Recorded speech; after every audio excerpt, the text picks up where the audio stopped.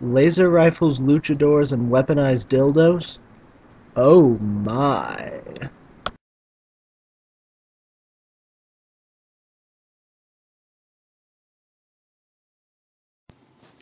Saints Row the Third is the latest in Volition's GTA clone series. Whereas GTA 4 was all about gritty realism, this game is all about running naked through the street and slamming your package into as many unsuspecting little old ladies as possible. There is some vague plot about rising back to power after getting dumped off in a new city, but after the first few levels you have a combat drone that shoots missiles, a penthouse overlooking the city, and an unlimited amount of effeminate ninjas to do your bidding. The streets of Stillport differ from those of Stillwater by the fact that they have different names, and nothing else. The three gangs in this one are your typical flavor of the week enemies, and you will find your way dildo batting and junk smashing through them with ease.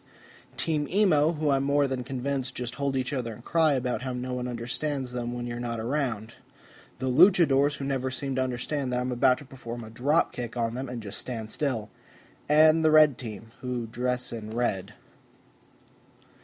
There are also police in the city, but are completely worthless until the Brotherhood of Steel shows up. And then, after they're defeated, go back to being worthless. There are several minigames such as Mayhem and Tank Mayhem, and that one scene from Talladega Nights where you drive with a tiger in the car.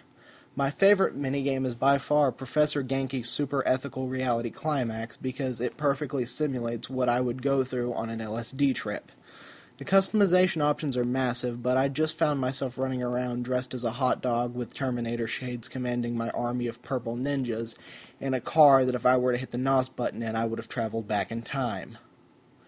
The weaponry in this game is varied from your generic pistols that seem like it was ripped from Devil May Cry to your Mega Blaster that's not a Mega Blaster because it's black and therefore different. Then there's the infamous Dildo Bat, which is by far the one thing that people will remember about this game for years to come. Later in the game, everything is added, from Robocop's army to zombies for you to beat around with Barney the Dinosaur's gargantuan cock. Besides the campaign, there's a Horde mode, because the way it's spelled is so clever, which is basically a collection of things that were too repetitive and redundant to be minigames.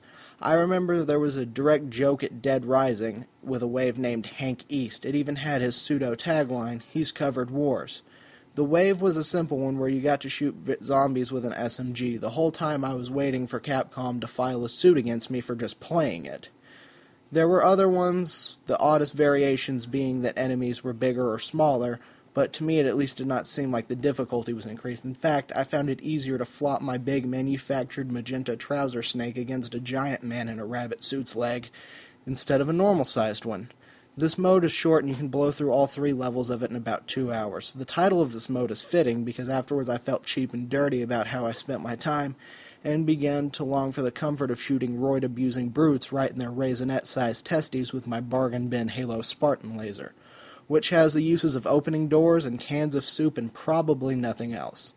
The game has two endings. The first one I did involved the noble pursuit of letting the big baddie get away after I claimed what little pride he had to save my two friends in a large chunk of the city.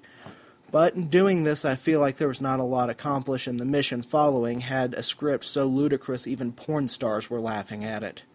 The other one makes you say fuck it to integrity, and makes you take the full dick route, tracking down the man who pissed you off and showing you're a big boy by blowing up his stuff and giving him a wedgie. After he is dead, you have to deal with the ultimate plan of Judge Dredd and decide to go blow up their big multi-billion-dollar hovercraft, which was amazingly easy to board and rig to blow. So after the city's safe, you take it over, creating a city-state, and go home and have a nice bowl of macaroni, knowing you let your friends die so you could punch a man in his ridiculously small willy. Freud would be proud of you.